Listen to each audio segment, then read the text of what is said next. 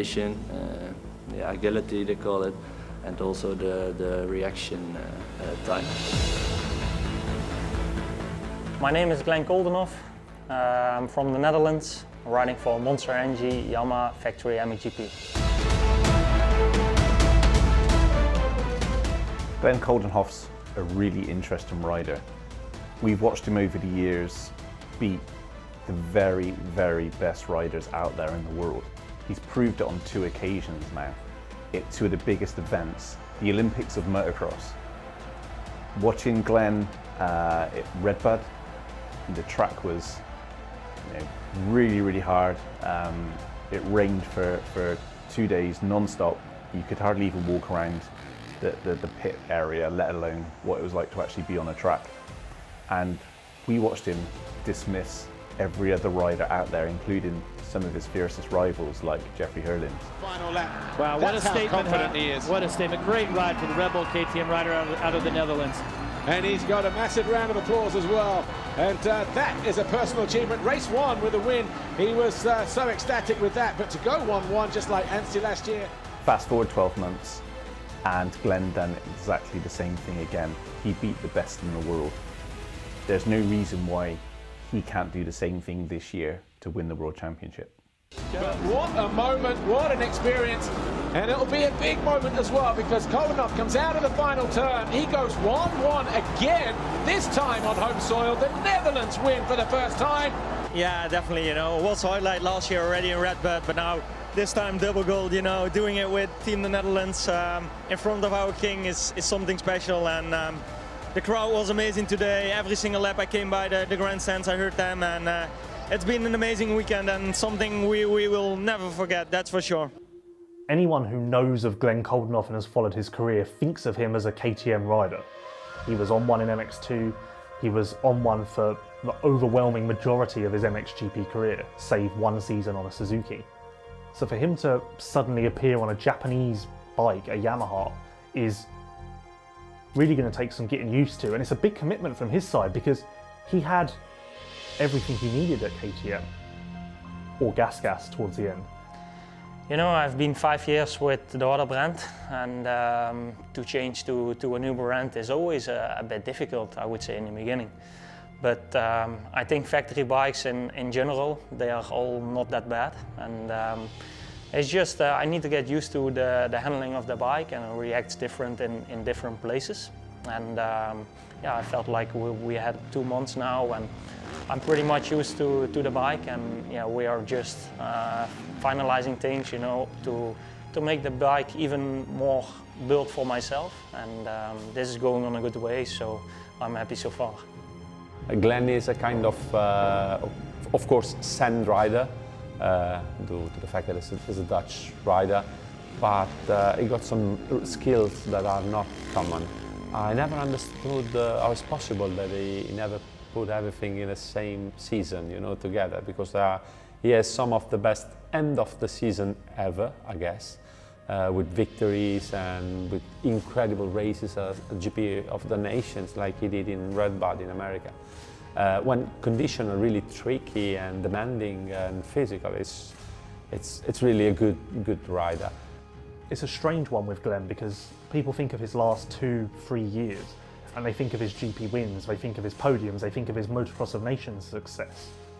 And whilst you would naturally think of those highs, there have also been some incredibly difficult moments. He's had 2 back injuries in 2 years. He's lost feeling in his lower body. He knows what it's like to flirt with that dangerous edge. So for him to even be in a position now where he wants to race, let alone still going for a world title, is commendable, but it's this quality that any rider in this field has. Everyone knows of the consequences. Everyone knows what could happen. But the love of the sport and the desire to be the best eventually trumps all of that. the conditions are taking a turn for the worse. If ever you needed to start, Jason Thomas, today was the day. Yeah, it's so cliche to say, but in a condition like this, where you're not going to be able to see well, you're not going to be able to move around the track very well, you need to get out front so you can control your own destiny. You know, the traction was almost at a peak going into the second moto. Get some downpour. It's really going to change the approach. I wouldn't be surprised if there were some last-minute tire changes. MXGP race 2. Wow, this one's going to be a good one. Hurling's very tentative, dropping off the mesh there on the wet metal, but around the outside. Oh, Ryder's going wide in the first turn, and it is a Yamaha. It's cold enough in those orange boots, white and orange boots, is it? Yes, it is. So cold enough pulls the Fox hole shot. Where's Febvre? Your winner from race 1. Glenn Koldenoff, been a decent ride for him. He's going to get his first podium for Monster Energy Yamaha. He would have liked the race win, I'm sure. He would have loved to have stood on the top step of the podium even more. But you know what? Take it while you can. It's a good improvement for Glenn Koldenoff. 17th overall at the first round, 8th overall a week ago at Matchley Basin. He's going to be 2nd overall today. Talk about making gains. We're about 3 months ahead of schedule on Glenn Koldenoff's results here, so. My first podium together with Yamaha, a new team and everything, you know, it's been amazing, and yeah, my season just started now.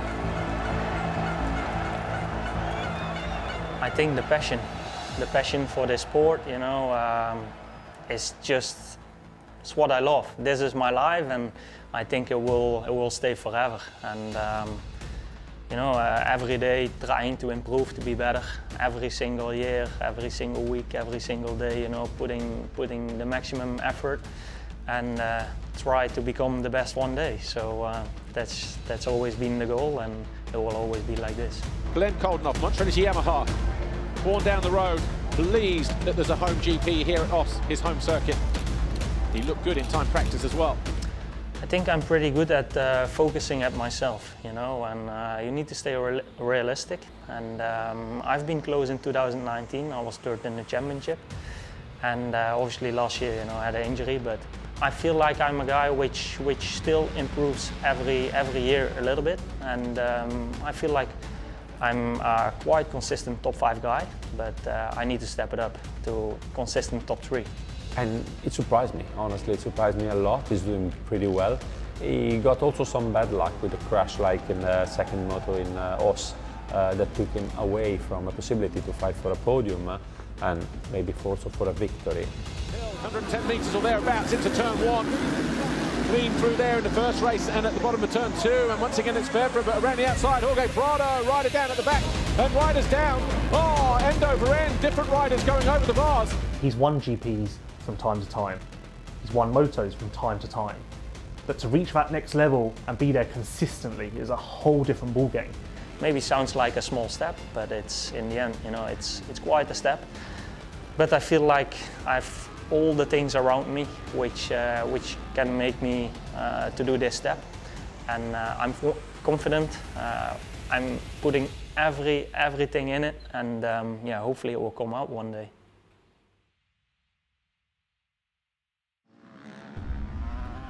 The MX2 class is where some of the most promising riders in the world learn how to put all of the pieces of the puzzle together. These riders have speed, they have ability, they have the potential, but putting all of those things together to form the perfect combination is a struggle. The MX2 class is where they learn how to do that. Look at Conrad Mewse. He was a junior world champion. He won races in EMX 125, he won races in EMX 250. He's got the speed, everyone knows he can win. It's just putting things together on race day that appears to be the struggle for him. Everyone knows how good he can be, it's just whether he will eventually hit that level. I mean, there isn't much for me to tell him if he's firing on all cylinders, you know, regarding the riding side, apart from some lines or, you know, small things. But when he's riding at his best, which is a lot of the time, and it happens a lot in the week, and, you know, he's one of the fastest in the world. I don't think anyone would disagree with that. But it's the next bit, you know, that needs to happen on a Sunday. And last year we had, you know, glimmers of, you know, the Conrad that everybody knows, and he knows, and I know, and the team knows, came to race. Well, he's definitely not going to let Mewse through, but then Mewse tries to get alongside the factory KTM. just trying to get himself reorganised. And Muse goes around the outside, but runs out of real estate. So it's trying to bring that out in him every time. And he's quite openly honest that, you know, sometimes he struggles, and sometimes he doesn't. But we need to eliminate those days that he does struggle, and sometimes there's not an explanation for it. So you have to, you know, manage it, keep the morale up, keep the confidence up, keep the hard work up, you know, and yeah.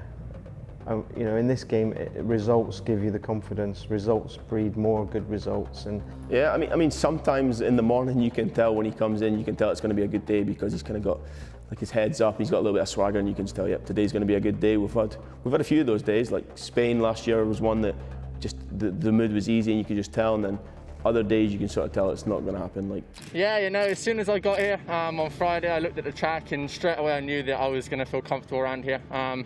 It's an amazing track. It's yeah, lovely venue, and I'm just feeling really good. This has been a build up now for a few weeks, so I'm over the moon to get my first pole qualifying. And yeah, I'm looking forward to the races. It's going to be nice to be the first bike out for sighting lap. It's obviously the first time in my career, so yeah, I'm looking forward to hopefully having 2 good starts and 2 solid races. yeah, I mean, it varies from week to week, day to day sometimes, and you get a feel in the morning how he's been, what's going on with the track. Are we at a deep sand track? What you know, has he had good results here before? What was he doing the week before? But lately, it's just been trying to get the confidence into him to to get him to realise how good he is. Yeah, it's my home race for me, and the track's awesome, and I felt good in qualifying. It's all very close up there. But yeah, I'm super excited to get out there and put on a show for all you fans. All good? Yeah, you? Yeah. They blocked 2 off, so you were at green one there. Hey? Looks like you were at green gate. Where? 1, 2, 3, 4, 5, 6. Yeah, they're going to start from the inside too? Yeah, 100%. Would they? 100%. Or from gate 1? I reckon. it's not frustrating, or it is a little bit, but it's almost like you just want more for him as well as the team. Like, we know it can be achieved, and we've seen it last year. We've seen glimpses of it, you know, like a 4th here and a 5th there, and it was consistent. And when you go back and actually look at last year, it was actually a really solid year for one moto of each GP. It was good. Championship at the moment, and this is your championship leader. 164 points. That is what I made. 16 and Maxim Renault on 52. Tom Biel still there on 50. And Roman at most like 29. Mate, you're ready to go, mate. There's nothing you can't do. But you know what it's like, you know what it can get like. Just got to get a good start and go for it. You're faster than any of them, you're fitter than all of them. You just got to go. Be sensible in the race, get the points. Top 6, fine. 2 top 6s. If the opportunity's there to get 2 top 3s, take it. If there's opportunities there for the win, go for it. You know, you'll be good. You can do it. But 2 top 6s is a real good start. Yeah. You can light it up here if you want. If you get the start, just go for it. Honestly, everyone else will be. Everyone else is not in any better position than you are. You know. Yeah. You'll be good. All the training. Let's do it. Turns in. Gate about to drop here, and that's a good jump from the Yamaha Suzuki.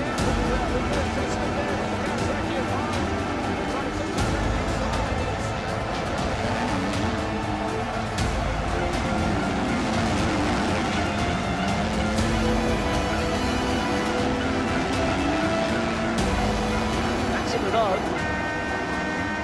Well, this is going to be a big moment for him, isn't it? Win the overall here at Matchley Basin. Maxime Renault wins the British GP, his first victory of the season and 2nd of his career. Conrad Muse crosses the line in 17th overall, not what the British fans would have expected from such a promising talent. But before Matterley, he was geared up for it. You know, there was no reason for us not to believe he wasn't ready for it, and it just didn't happen on the day. It was one of those, you know, and he quite openly say that. He's not blamed the bike with anything. He's happy with the bike, he's happy with the suspension. It's just a few months just to get this rolling and get the results coming out. There are many riders through the years who have had the speed and the ability to do the job, but their mind just lets them down. It's the same in any walk of life or any sport. Sometimes finding that mental edge can be the difference between struggling to reach your potential or maximising it. That's why some riders bring in trainers who have been there, done that, and maybe even gone through similar problems. Think of Mark Deruva, who took Paul Jonas to his first world title in 2017. He now works with the F&H Racing Kawasaki team, and namely Rowan van der Moosdijk, and he's trying to help him do the same thing, reach that next level and fulfill his potential that is so clear for everyone to see. Okay, my name is Mark de Reuver. I'm working for F&H Kawasaki Racing, and my job is trainer, mental coach, shoulder to cry on, and the babysitter. Zie, hier moet je al rechtop gaan zitten. Hier, kijk, rechtop zitten. Niet vooruit, rechtop moet je. Je moet hem voelen. Zo, je moet hem voelen.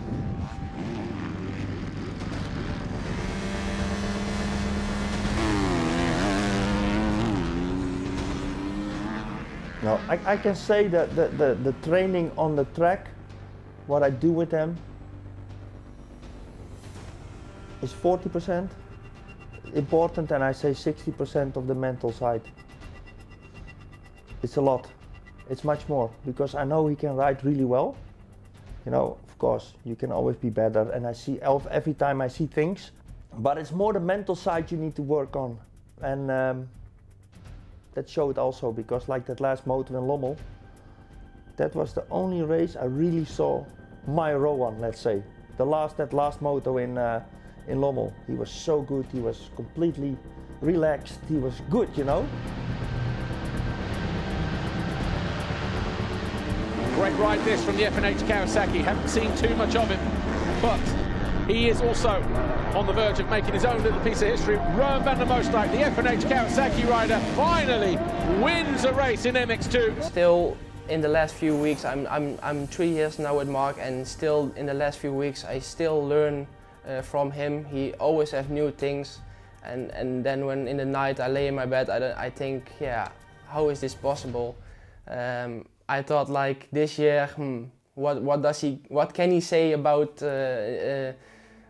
me, because he knows me for 3 years, you know, and still he comes with new things, and that's what makes him so special. Zie je wat je doet? Je gaat ook weer helemaal zoals je gaat. Hop, zo met die kop eroverheen. Dan kijk maar naar je kont. Je moet naar je kont kijken. Kijk, die gaat omhoog. Ja. Zie je, en dan zo. Maar dan is die ding. Want hier is wel goed hoor, dit. Zie je, maar dan ben je te laat, hè? Zie je dat? Ja. Zie je hier nog steeds zo, helemaal naar voren. Ja. Dan moet je al achterop zitten. When he finished his career and he started to approach the career of a trainer, of preparing other riders, I was thinking, with all the mistakes he did, probably he knew really well what not to do, but would be able to teach them what to do. Super gewoon. Dat is gewoon echt goede start hoor.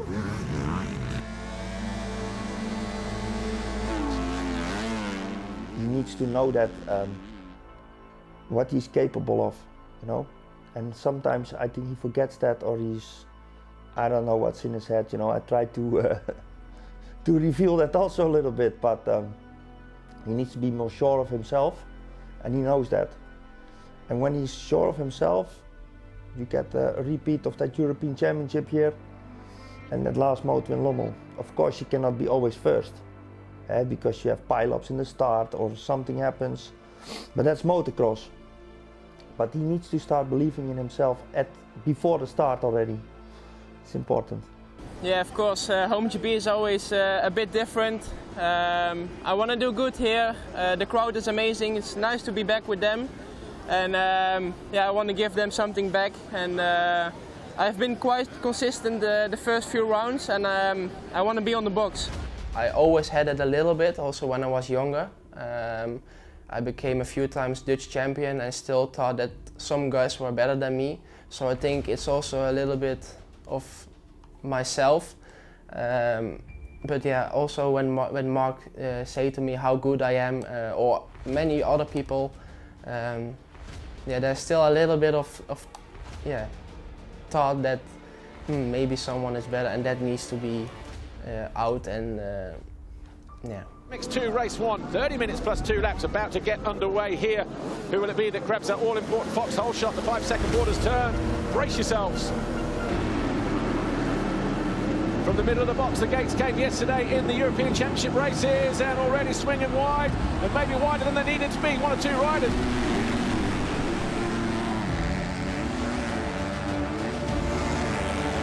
And again there on the exit, Van der Moosdijk sensing an opportunity here to sneak up the inside, parks it down the inside beautifully.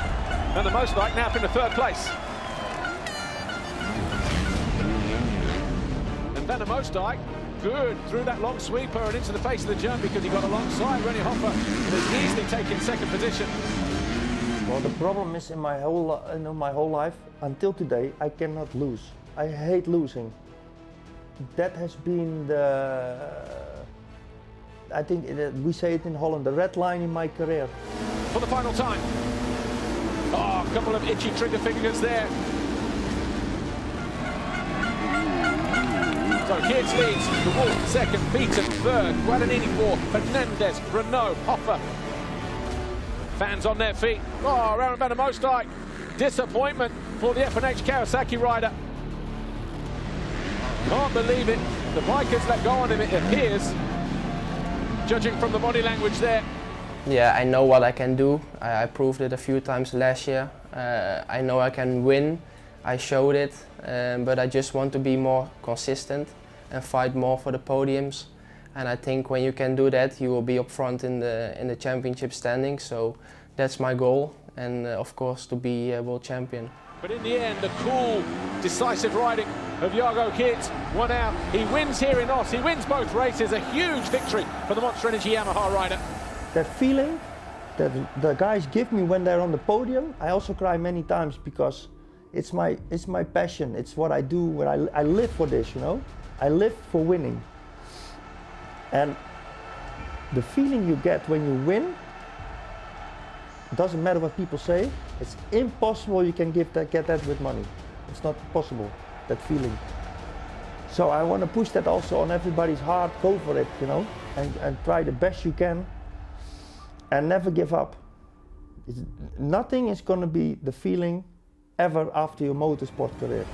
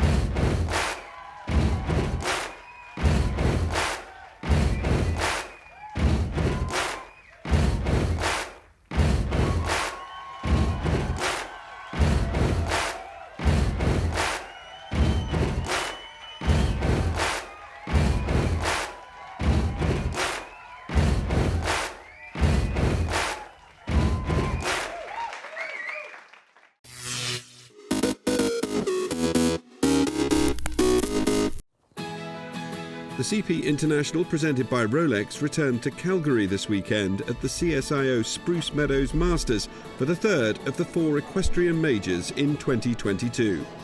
Doesn't matter how many times you've done it before or what you did the week, the month or the year before.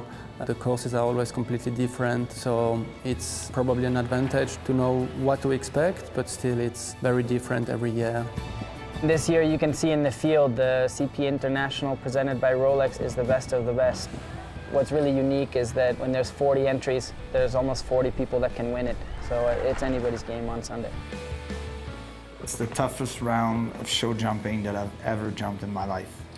You need a horse that is going to have a lot of stamina, that's going to jump the first round easy enough.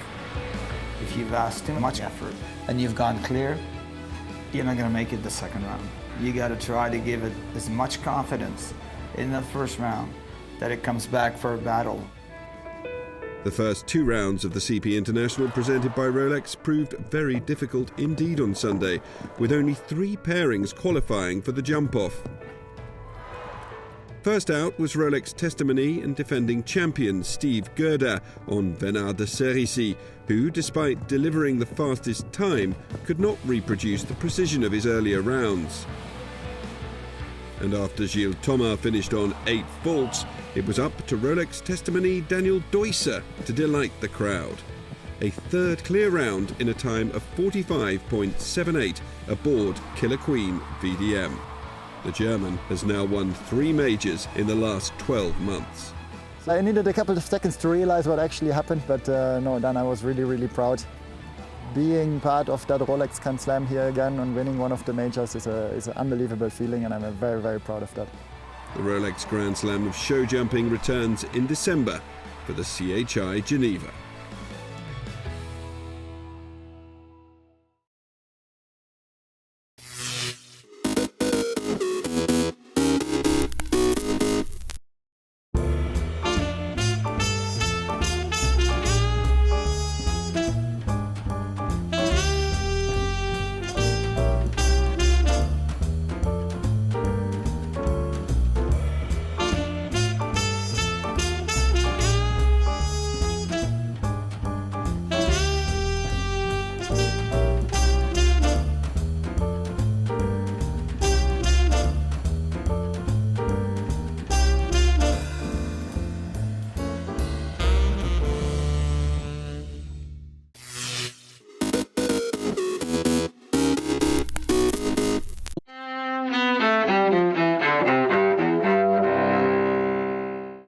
September 20th, 1519.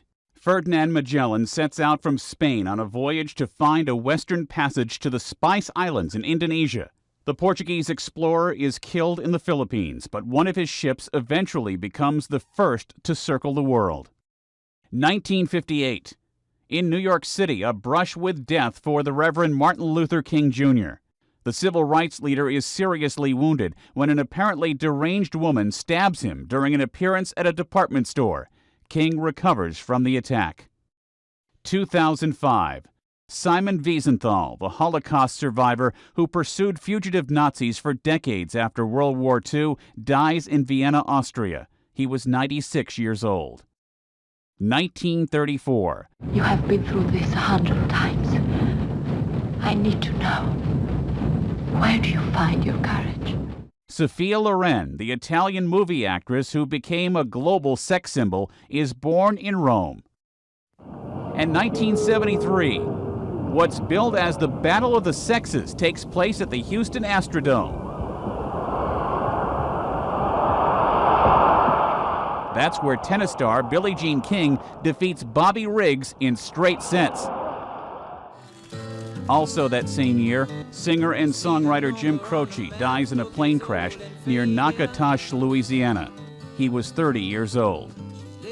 Today in history, September 20th, Ed Donahue, The Associated Press.